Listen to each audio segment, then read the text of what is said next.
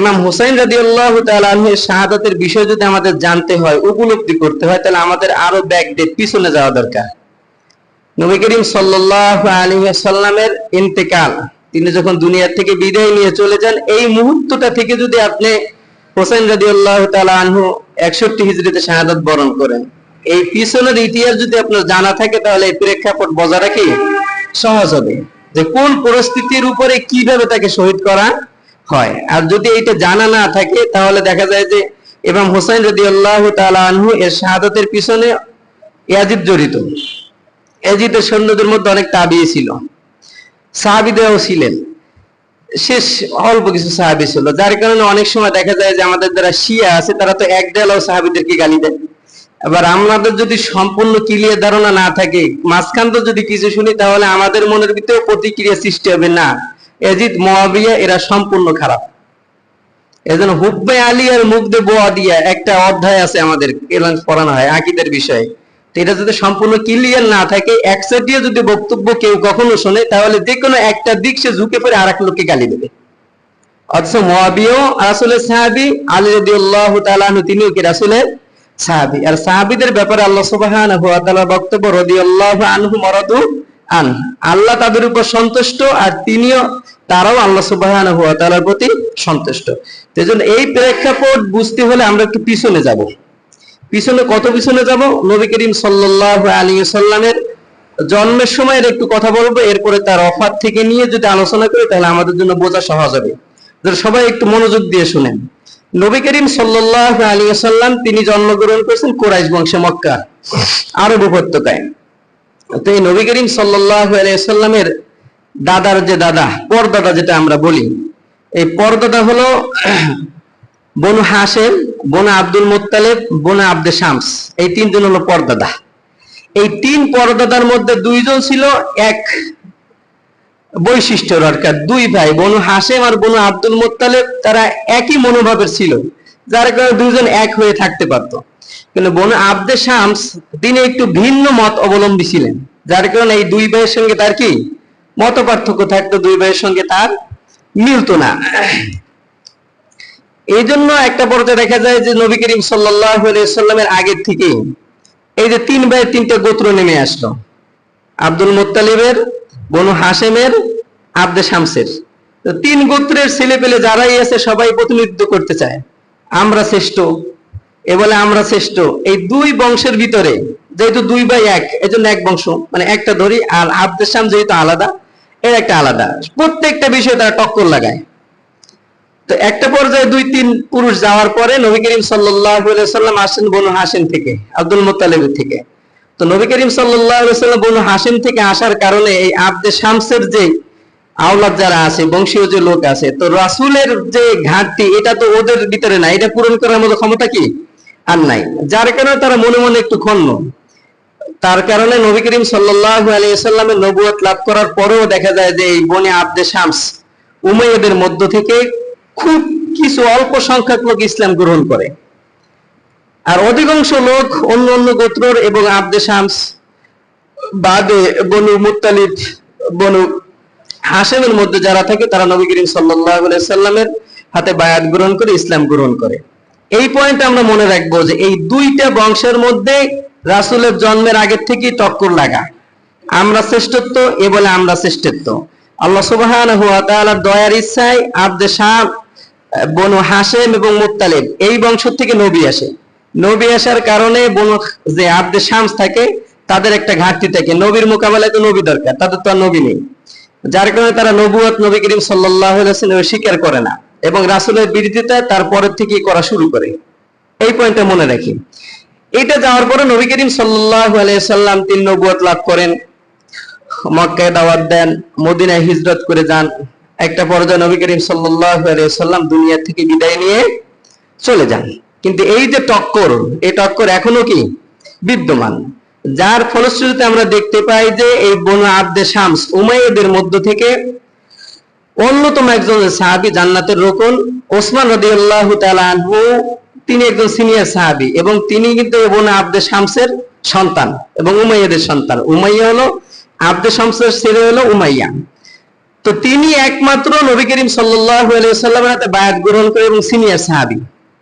এরা বাদে পরবর্তী যারা আসে তারা গেছে মক্কা বিজয়ের পরে। মক্কা যখন বিজয় হয়ে যায় তখন তাদের আর কোনো পথ নাই, ইসলাম গ্রহণ করো তা নাহলে দেশ থেকে তাড়িয়ে চলে যাও। যখন পিঠ একেবারে দেয়ালে ঠেকে গেছে তখন তারা ইসলামের মধ্যে দাখিল প্রবেশ হয়েছে। তো নবী করিম সাল্লাল্লাহু আলাইহি ওয়াসাল্লাম বিদায় হওয়ার পরে 80 অথবা 81 দিন তিনি জীবিত ছিলেন। এরপরে যেদিন নবী করিম সাল্লাল্লাহু আলাইহি ওয়াসাল্লাম মারা যান তার আগে প্রায় 11-12 দিন তিনি অসুস্থ। তিনি প্রায় দুনিয়াতে জীবিত থাকা অবস্থায় প্রায় 17 ওয়াক্ত নামাজের ইমামতি আবু বকর রাদিয়াল্লাহু তাআলা আনহু করেন। তো সর্বশেষ 12 রবিউল আউয়াল ফজরের সালাতের সময় নবী করিম সাল্লাল্লাহু আলাইহি ওয়াসাল্লাম জামাত দাঁড়ায় গেছে। এমন অবস্থা নবী করিম সাল্লাল্লাহু আলাইহি ওয়াসাল্লাম তিনি তার হুজরা তো মসজিদের সামনে ছিল, এখান থেকে তিনি পর্দাটা উঠাইয়া জামাতের দিকে তাকিয়ে তিনি তো মুস্কি হাসলেন। মুস্কি হাসি দেখে অনেক সাহাবী মনের ভিতরে একটা আনন্দ জোয়ার বয়ে গেছে যে রাসূলের পিছনে সালাত আদায় করতে পারে না, তিনি অসুস্থ, হয়তোবা তিনি সুস্থ হয়েছেন, তিনি জামাতে এসে শরীক হবেন। আবু বকর ইমামের মুসল্লা থেকে পিছনের দিকে সরা শুরু করছে যে রাসূল এসে জায়গা দখল করবে। তখন রাসূল হাতের ইশারা দিয়ে বললেন যে না, তুমি যেও না, তুমি দাঁড়াও। তো এই হাসি দেখে সালাতের পর অনেক সাহাবীরা চিন্তা করছে যে রাসূল হয়তোবা সুস্থ হয়ে গেছেন। এজন্য অনেক সাহাবীরা ফজরের সালাতের পরে দূর দূরান্তে কাজে কর্মে বিভিন্ন ব্যবসা বাণিজ্যতে বের হয়ে গেছে। ইশরাকের উত্তর দিকে নবী করিম সাল্লাল্লাহু আলাইহি সাল্লাম অসুস্থ হয়ে পড়েন এবং তিনি আয়েশা রাদিয়াল্লাহু তাআলা আনহা এর কোলে মেসাক করতেছিলেন। একটা পর্যায়ে তিনি দোয়া পড়তেছিলেন, আল্লাহুম্মা রফিকুল আলা, আল্লাহুম্মা রফিকুল আলা। মূলত এখানের বিষয়টা হলো মালাকুল মাউত বা আজরাইল আলাইহিস সালাতু ওয়াস সালাম তিনি যখন জান কবজ করার সময় চলে আসেন, নবী হোক অথবা মুমিন ব্যক্তি এদের যখন সালাম দেন তখন এরা আল্লাহ সুবহানাহু ওয়া তাআলা সাক্ষাৎ করার জন্য এইভাবে বলেন, আল্লাহ তুমি সর্বোচ্চ বন্ধুর সঙ্গে সাক্ষাতের জন্য আমাকে কবুল করো, আল্লাহুম্মা রফিকুল আলা। তিনি এটা বলতেছিলেন না শাহাদাত আঙ্গুল দিয়ে উপরের দিকে দেখতেছিলেন। এরপর আয়েশা সিদ্দিকা রাদিয়াল্লাহু তাআলা আনহা বলেন যে এরপরে রাসূল বললেন, লা ইলাহা ইল্লাল্লাহ ইন্না লিল মাউতি সাকারাত, আল্লাহ ছাড়া কোনো ইলাহা নেই, নিশ্চয় মৃত্যুর যন্ত্রণা অনেক কঠিন। এটা বলে আল্লাহ রাসূল সাল্লাল্লাহু আলাইহি সাল্লাম তিনি দুনিয়া থেকে বিদায় নিয়ে চলে গেলেন। তো এই সংবাদ কিছুক্ষণের মধ্যে মদিনার অলিতে গলিতে বিভিন্ন জায়গায় ছড়িয়ে গেল। তো এই সংবাদ যখন ওমর রাদিয়াল্লাহু তাআলা আনহুর কানে পৌঁছলো তখন ওমর রাদিয়াল্লাহু তাআলা আনহু সাধারণ যে বিবেক বুদ্ধি এইটা তার লোপ পেল। তিনি স্বাভাবিক বিবেক বুদ্ধিতে থাকতে না পেরে তিনি খোলা তরবারি উত্তোলন করে বলল, যে বলবে নবী মুহাম্মদ ইন্তেকাল করেছেন তাকে আমি কতল করব, যে বলবে নবী মুহাম্মদ ইন্তেকাল করেছে তাকে আমি কতল করব। এই বলে তিনি বক্তব্য দেওয়া শুরু করলো খোলা তরবারি নিয়ে। ইতিমধ্যে আবু বকর সিদ্দিক রাদিয়াল্লাহু তাআলা আনহু তিনিও দূর থেকে ঘোড়ায় সওয়ার করে এসে মসজিদ নববীতে নেমেছেন। লোকজনের কাছে খবর শুনে তিনি ডাইরেক্ট আয়েশা সিদ্দিকা রাদিয়াল্লাহু তাআলা আনহা এর ঘরে পৌঁছাইলেন। কিন্তু তার মেয়ে ঘরে ঢুকে তিনি রাসূলের মুখ দেখলেন চাদর সরাইয়া, ইয়ামেনের জরিদের একটা চাদর দিয়ে ঢাকা ছিল। দেখার পরে রাসূলের কপালে একটা চুমু খেয়ে তিনি বাহিরে বের হয়ে গেলেন। বের হয়ে দেখে ওমর বক্তব্য দিতেছে। বিবেক মানে লোক পাওয়ার কারণে তিনি বিশ্বাস করতে পারে না যে রাসূল দুনিয়া থেকে বিদায় নিয়ে চলে গেছে, তিনি বক্তব্য দিতেছেন তার মতো করে। তখন নবী করিম সাল্লাল্লাহু আলাইহি সাল্লামের কপালে চুমু দিয়ে আবু বকর বের হয়ে যে তিনি জনগণের সম্মুখে তিনি কোরআনুল কারীমে একটা আয়াত তেলাওয়াত করলেন জোরে সোরে, ওমা মুহাম্মাদুন ইল্লা রাসূল কদ খালাত মিন ক্বাবলিহি রাসূল। যদি কেউ মনে করো যে মুহাম্মদ সাল্লাল্লাহু আলাইহি সাল্লাম তিনি তো মৃত্যুবরণ করতে পারে না, তারা শুনে রাখো যে ওমা মুহাম্মাদুন ইল্লা রাসূল, যে মুহাম্মদ সাল্লাল্লাহু আলাইহি সাল্লাম তিনি তো একজন রাসূল, তিনি তো একজন রাসূল। কদ খালাত মিন ক্বাবলিহি রাসূল, তার আগেও অনেক রাসূল আল্লাহ সুবহানাহু ওয়া তাআলা পাঠিয়েছেন এবং তাদেরকে আল্লাহ সুবহানাহু ওয়া তাআলা আবারও কি ডাকে সাড়া দিয়ে নিয়ে নিয়েছেন।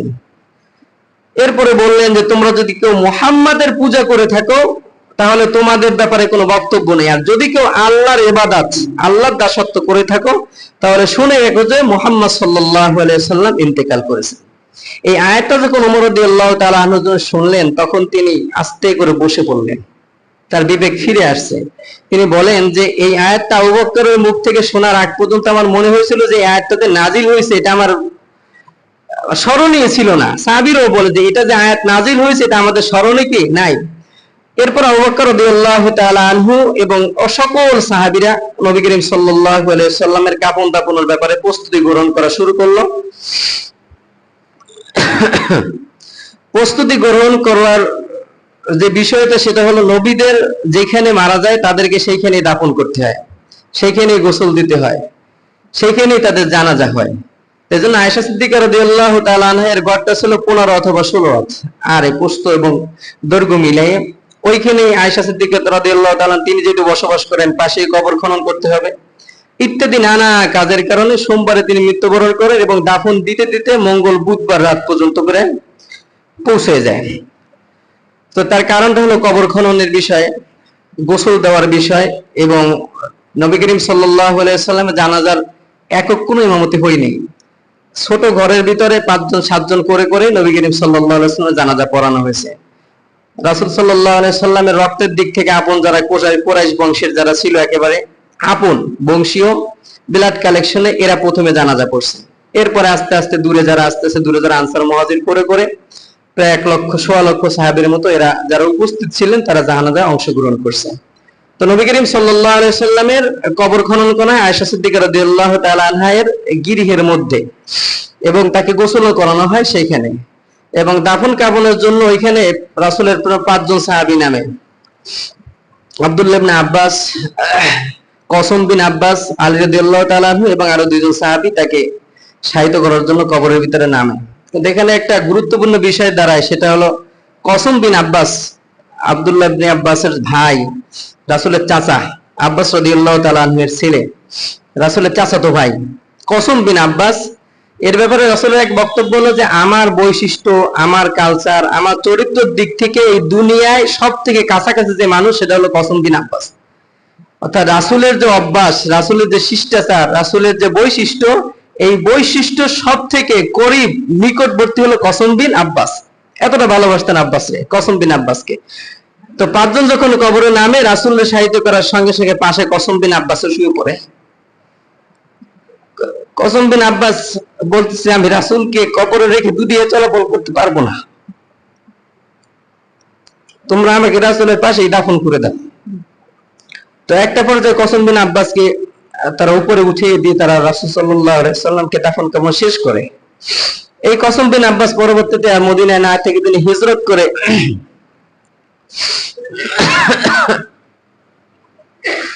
সমরকান্দি, এশিয়া মহাদেশের যে সমরকান্দি, এই সমরকান্দির এলাকায় একটা কবরস্থান আছে বড় সড় আকারের, আপনারা দেখবেন ইউটিউবে সার্চ দিলে পেতে পারেন কসম বিন আব্বাসের নামে। এই এলাকায় কসম বিন আব্বাস তিনি ইসলাম প্রচার করেন এবং ইসলামের দায়ী কসম বিন আব্বাসকে বলা হয় সমরকান্দির। এইখানে তাকে শায়িত করা হয়, এবং কসম বিন আব্বাসের এই বলিষ্ঠ বা তার এই মনোভাব, তার এই ভালোবাসার কারণে এই গোরস্থানে অনেক আগের কালে, সেই সময়ের কথা, অনেক রাজা বাদশাহ, অনেক আলেম, অনেক মুসল্লিরা বক্তব্য দিত মৃত্যুর আগে যে আমি যদি মারা যাই, যদি তোমাদের যদি সম্ভব হয় তাহলে কসম বিন আব্বাসের গোরস্থানে আমাকে মাটি দিও, আল্লাহ চাই তো তার বরকতে আমাকেও নাজাত দান করতে পারেন। তো এই কসম বিন আব্বাস তিনি এটা বলে সেটা তো চলে গেল। তাআলা রাসূল সাল্লাল্লাহু আলাইহি ওয়াসাল্লাম কিভাবে দাফন কাফন শেষ করা হলো, কিন্তু এই শেষ করার আগে আরেকটা বিষয় আলোচনা, যেটা আমাদের সেটার মূল পয়েন্ট, সেটা হলো এখানে আনসার এবং মুহাজিরদের মধ্য থেকে বলা বলে শুরু করলো যে রাসূল সাল্লাল্লাহু আলাইহি ওয়াসাল্লাম যেহেতু মারা গেছেন, অর্থাৎ নেতা শূন্য আমরা, আমির শূন্য, এজন্য আমাদেরকে আমির নিযুক্ত করতে হবে। এজন্য আমির যদি নিযুক্ত করতে হয় তাহলে কাকে আমির বানানো যায়, আনসারদের ঠিক থেকে না মুহাজিরদের কাছ থেকে? এই নিয়ে দুইটা মতামত, বিভিন্ন গ্রুপ আকারে বিভিন্ন আলোচনা চলতেছিল, কাকে নেতা বানাবো, কাকে খলিফা বানাবো। তো তখন ওমর রাদিয়াল্লাহু তাআলা আনহু এবং আবু বকর রাদিয়াল্লাহু তাআলা আনহু তারা মনে মনে ভাবতে লাগলেন যে এই আমির বা খলিফা নির্বাচনের ব্যাপারে রাসূল কিছু বলে গেছেন কিনা, এটা তারা মনে করতেছিলেন। তো একটা পর্যায়ে আবু বকর রাদিয়াল্লাহু তাআলা আনহু বলতেছিলেন যে আমি যতটুকু জানি রাসূল সাল্লাল্লাহু আলাইহি ওয়াসাল্লাম বলেছেন যে আমার পরে যে নেতৃত্বের স্থান অধিকার করবে বা মুসলমানদের হাল ধরবে সে হবে কুরাইশ বংশের, সে হবে কিসের? কুরাইশদের কাছাকাছি। তো এই কথা বলার পরে ওমর রাদিয়াল্লাহু তাআলা তিনি বলেন, হ্যাঁ আমারও মনে পড়তেছে রাসূল এই কথাটা বলেছে।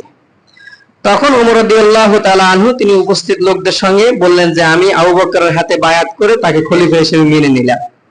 যখন আবু বকর রাদিয়াল্লাহু তাআলা আনহুর হাতে আয়াত বরণ করলেন ওমর রাদিয়াল্লাহু তাআলা আনহু, এরপরে একাধারে ওসমান, তালহা, জুবাইর, আব্দুর রহমান ইবনে আওফ, প্রসিদ্ধ যারা সাহাবী সবাই আবু বকরের হাতে বায়াত গ্রহণ করলো। তাই আবু বকর রাদিয়াল্লাহু তাআলা আনহুর হাতে বায়াত গ্রহণ করলেন 632-এ। অর্থাৎ এখন খলিফাতুল মুসলিমিন, রাষ্ট্রপ্রধান, প্রেসিডেন্ট মুসলমানদের আবু বকর রাদিয়াল্লাহু তাআলা আনহু। তিনি প্রায় 2 বছর তিনি শাসন করেন। 2 বছর শাসন করার পরে আবু বকর রাদিয়াল্লাহু তাআলা আনহু মৃত্যুর আগে তিনি উপস্থিত যারা সাহাবী ছিল সিনিয়র, তাদের পরামর্শ ক্রমে তিনি ওমর রাদিয়াল্লাহু তাআলা আনহুকে খলিফা নিযুক্ত করেন। ওমর রাদিয়াল্লাহু তাআলা আনহু 632 থেকে 644, 10 বছর, 634 থেকে 644, 10 বছর তিনি খলিফাতুল মুসলিমিন, প্রেসিডেন্ট হিসেবে তিনি দায়িত্ব পালন করেন। কিন্তু ওমর রাদিয়াল্লাহু তাআলা আনহু তিনি শাহাদাত বরণ করছেন, যে বিষয়টা আমরা একটা ছোট্ট ধারণা দিই। ওমর রাদিয়াল্লাহু তাআলা আনহু তিনি একদিন ফজরের সালাত আদায় করতে মসজিদে আসেন। মসজিদে এসে যখন প্রথম রাকাত সালাত আদায় করলেন, এমত অবস্থায় মুগীর ইবনে শুবা এর একটা গোলাম ছিল, মাজুসি গোলাম। এই গোলাম এসে ওমর রাদিয়াল্লাহু তাআলা আনহু যখন নামাজের মুসল্লায় দাঁড়ানো, তখন খঞ্জর দিয়ে ওমর রাদিয়াল্লাহু তাআলা আনহুকে 3টা আঘাত করে, নাভির নিচে, নাভির উপরে, বুকে 3টা আঘাত করলে পর আব্দুর রহমান ইবনে আউফ তিনি সামনে গিয়ে সালাত শেষ করেন। শেষ করার পরে অনেক সাহাবী হতাহত হয় মুগীর ইবনে শুবার গোলামের হাতে। এক পর্যায়ে মুগীর ইবনে শুবার গোলাম ধরা পড়ে। তো ওমর রাদিয়াল্লাহু তাআলা আনহু তিনি ছুরির আঘাত পেয়ে বেহুশ হয়ে পড়েন, কারণ ছুরিতে খঞ্জরে বিষ মাখানো ছিল। যখন হুশ ফেরে ওমর রাদিয়াল্লাহু তাআলা আনহু, তখন তিনি বলেন যে আমাকে কে আঘাত করছে, আমার এই আঘাতের বিনিময়ে কোনো মুসলমানের রক্ত ঝরছে কিনা। তখন সাহাবীরা বলল যে না, আপনাকে আঘাত করছে মুগীর ইবনে শুবার গোলাম মাজুসি, সে নিজেই আত্মহত্যা করছে। কারণ যখন আঘাত করে চলে যায়, তখন দেখে যে মুসলমানের ধরা পড়ে যাবো, আমার তো বাঁচার উপায় নেই, তখন নিজেই খঞ্জর দিয়ে নিজে আঘাত করে নিজে আত্মহত্যা করছে। এরপর ওমর রাদিয়াল্লাহু তাআলা আনহু আঘাত পড়ার পরে প্রায় 3 দিন তিনি জীবিত ছিলেন। এই 3 দিন জীবিত থাকা অবস্থায় তিনি পরবর্তীতে কে আমির হবে, খলিফা হবে, এই জন্য 6 সদস্যের একটা টিম গঠন করে দেন সাহাবীদের মধ্যে থেকে, যে আপনারা আলোচনা করে একজন আমির নিযুক্ত করবেন। আমার আশঙ্কা হচ্ছে আমি হয়তো বা বেশি দিন দুনিয়ার বুকে থাকতে পারবো না। তখন ওমর রাদিয়াল্লাহু তাআলা আনহু 6 সদস্য, তালহা, জুবাইর এবং সাদ, আলী, ওসমান এবং আব্দুর রহমান বিন আউফ, এই 6 সদস্যের একটা টিম গঠন করেন। 6 সদস্যের টিম গঠন করে বলেন যে তোমরা 3 দিনের মধ্যে এই খলিফা নিযুক্ত করবা।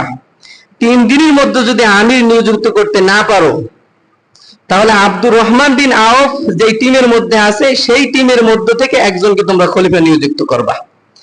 সাদ, জুবাইর, তালহা এরা 3 জন এক টিমে, আলী, ওসমান, আব্দুর রহমান বিন আউফ এরা এক টিমে। তো 3 দিন যখন অতিবাহিত হয়ে যায়, 6 সদস্য বিশিষ্ট টিম আবার একত্রিত হয়ে বসে। তারা বসে বলতেছে, যেহেতু ওমর রাদিয়াল্লাহু তাআলা আনহু তিনি বলে দিয়েছেন যে 3 দিন পরে যদি একত্রিত হতে আমরা না পারি, মানে আমির নির্বাচন করতে, তাহলে আব্দুর রহমান বিন আউফ যেই গ্রুপে আছে সেই গ্রুপ থেকে আমির নির্বাচন করা হোক।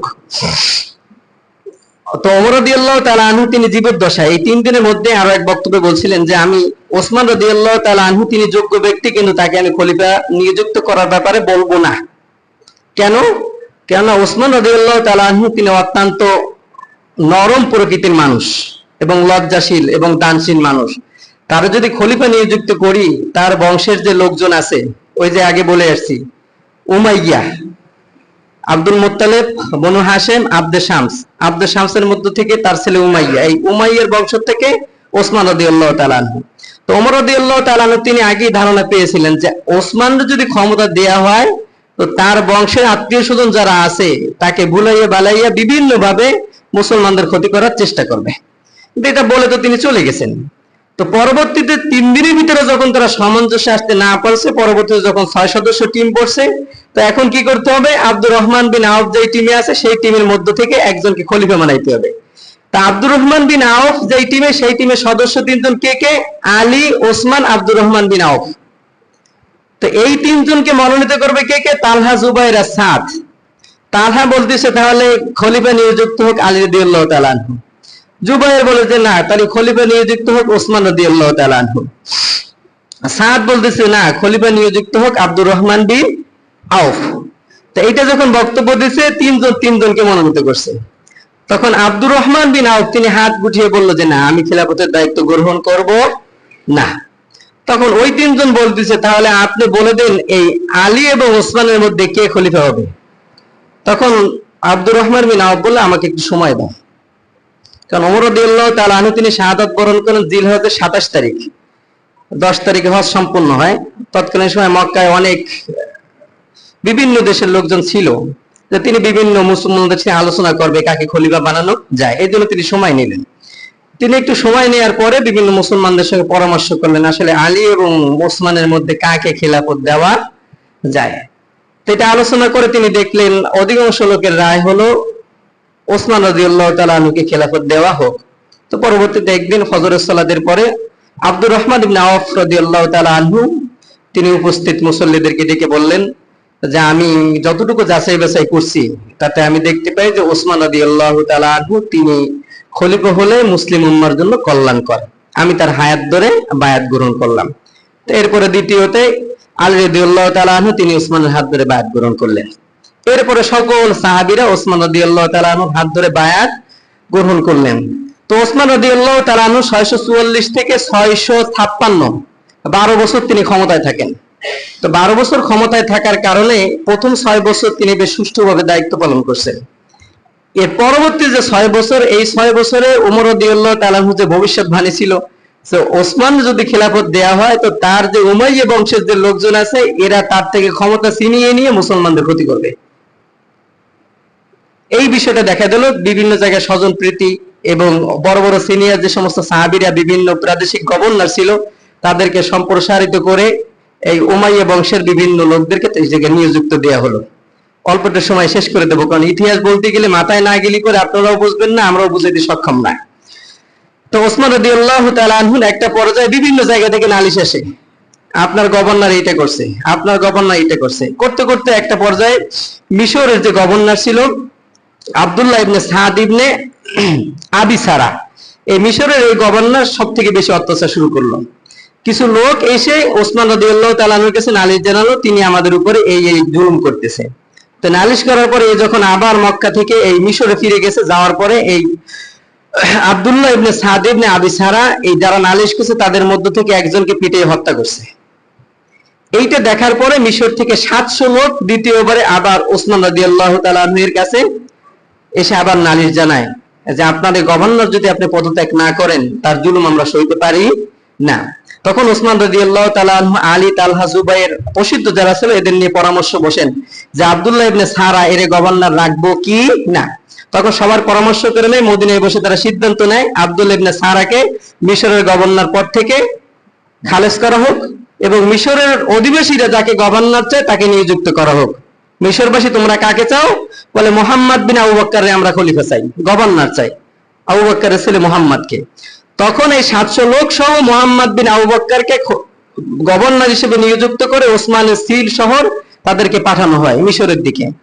3 মঞ্জিল দূরত্ব গেছে, এই মঞ্জিলটা হলো 12,000 কদমে 1 কদম, 1 মাইল। আমরা যেমন 1720 ফুটে অর্থাৎ 1 মাইল হিসেব করে এটা না, 12,000 কদমে 1 মাইল, এরকম 15 মাইলে 16 মাইলে 1 মঞ্জিল হয়। এরকম 3 মাইল যখন দূরত্বে গেছে এই আব্দুল্লাহ মুহাম্মদ বিন আবু বকর এবং মিশরের 700 লোক, তখন দেখতেছে পিছন থেকে একটা উটে একটা লোক সওয়ার হয়ে দ্রুত চলে যাচ্ছে মিশরের দিকে। কি হলো? তখন তারে ধা করে ধরলে পরে দেখে তার কাছে একটা চিঠিতে লেখা আছে মুহাম্মদ বিন আবু বকর এবং তার সঙ্গে যে 700 লোক গেছে এরা মিশরে পৌঁছানোর সঙ্গে সঙ্গে আব্দুল্লাহ ইবনে সারা তুমি সকলে এদেরকে হত্যা করবে, এই চিঠি তার কাছে পায়। এটা পাইলি এই যে 700 লোক এরা সব তো উত্তেজিত, একেবারে আগুনে তেল দিলে যেরকম একটা তেলের উপরে মাছ দিলে যে একটা অবস্থা এরকম দাউ দাউ করে জ্বলে উঠছে। ওসমানের কাছে গেলাম আমরা পরামর্শ দিতে, ওসমান নতুন গভর্নর নিযুক্ত করলো, আবার ওসমানের সিল সই দেয়া নতুন করে বার্তা আসছে যদি মিশরে এরা পৌঁছে সঙ্গে সঙ্গে হত্যা করো। এই উটে সওয়ারি ব্যক্তি এবং এই 700 এবং মুহাম্মদ বিন আবু বকর এরা এই 3 মঞ্জিল দূরত্ব থেকে আবার ফিরে চলে আসে মদিনায়, এসে বলতেছে আপনি এই কাজটা কেন করছেন? ওসমান রাদিয়াল্লাহু তাআলা তিনি বলতেছেন আমি এই কাজ করিনি। তাহলে আপনি যদি এই কাজ না করে থাকেন, সিল মোহর সব আপনার মারা, তাহলে এই কাজ কে করছে আপনি বলেন? তখন খুঁজে খুঁজে দেখা গেল যে তার মহান যে উজির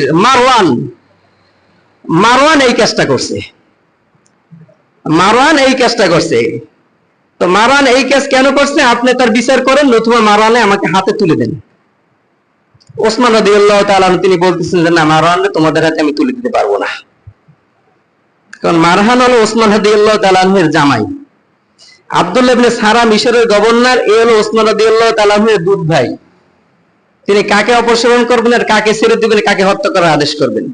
এখন মিশরের এই 700 সহ আরো বিভিন্ন জায়গার লোক এসে বিদ্রোহ শুরু করলো, হয় আপনি তুলে দেন নতুবা আপনি ক্ষমতা ত্যাগ করেন।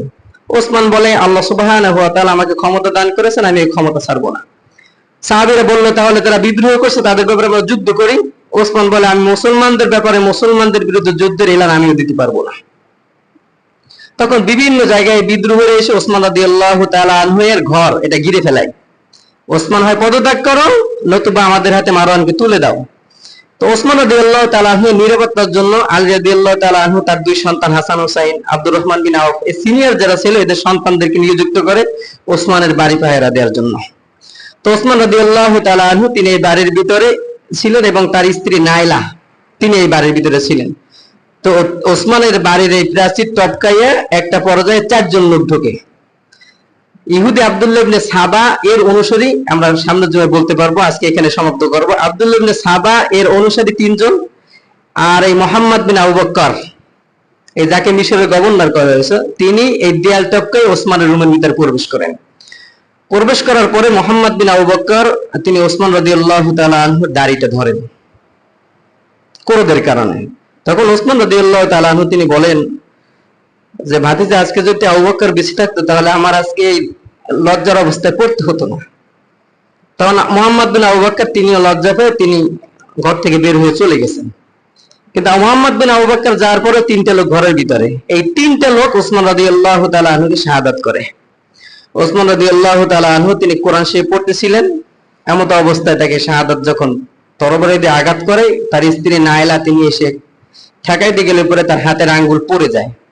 ওসমান রাদিয়াল্লাহু তাআলা আনহু এর রক্ত গিয়ে কোরআন শরীফে পড়ে এবং তিনি শাহাদাত বরণ করেন। একটা পর্যায়ে পরবর্তীতে কে খলিফা হবে, এখানে এই কাজ হওয়ার পরে পরবর্তী আলোচনা আমরা সামনের সময় করব। তো এটাকে কেন্দ্র করে পরবর্তীতে খলিফা কে হবে এবং এই ঘটনা কে ঘটাইলো এইটা নিয়ে একটা প্রতিক্রিয়া সৃষ্টি হলো।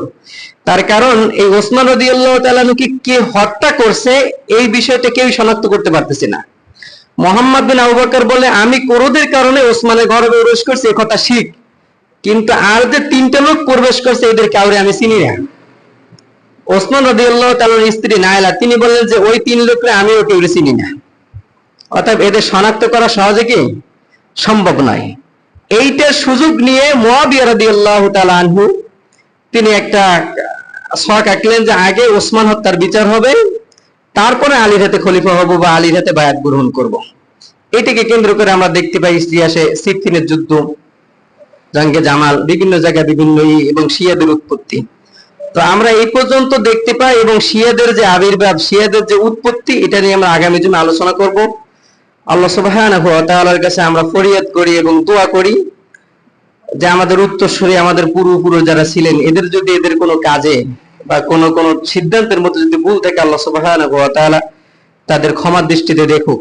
এবং আমাদের আলোচনার মধ্যেও যদি, ইতিহাসের মধ্যেও যদি কোনো ভুল ত্রুটি ঢুকে থাকে, সেটা আল্লাহ সুবহানাহু ওয়া তাআলা মাফ করুক। আগামী জুমায় আমরা এই খেলাফতের এই ওসমান হত্যার পরের থেকে নিয়ে শিয়াদের যে উৎপত্তি, শিয়াদের যে আবির্ভাব, এটা নিয়ে আমরা আলোচনা করব। তার কারণ মুহররম আসলি পরে আমাদের শিয়াদের যত উৎপত্তিটা আমরা দেখতে পাই। শিয়ারা কেন আসলো, শিয়াদের উৎপত্তি কেন, এবং শিয়াদের প্রচার প্রসার এখন বাংলাদেশে হচ্ছে কেন।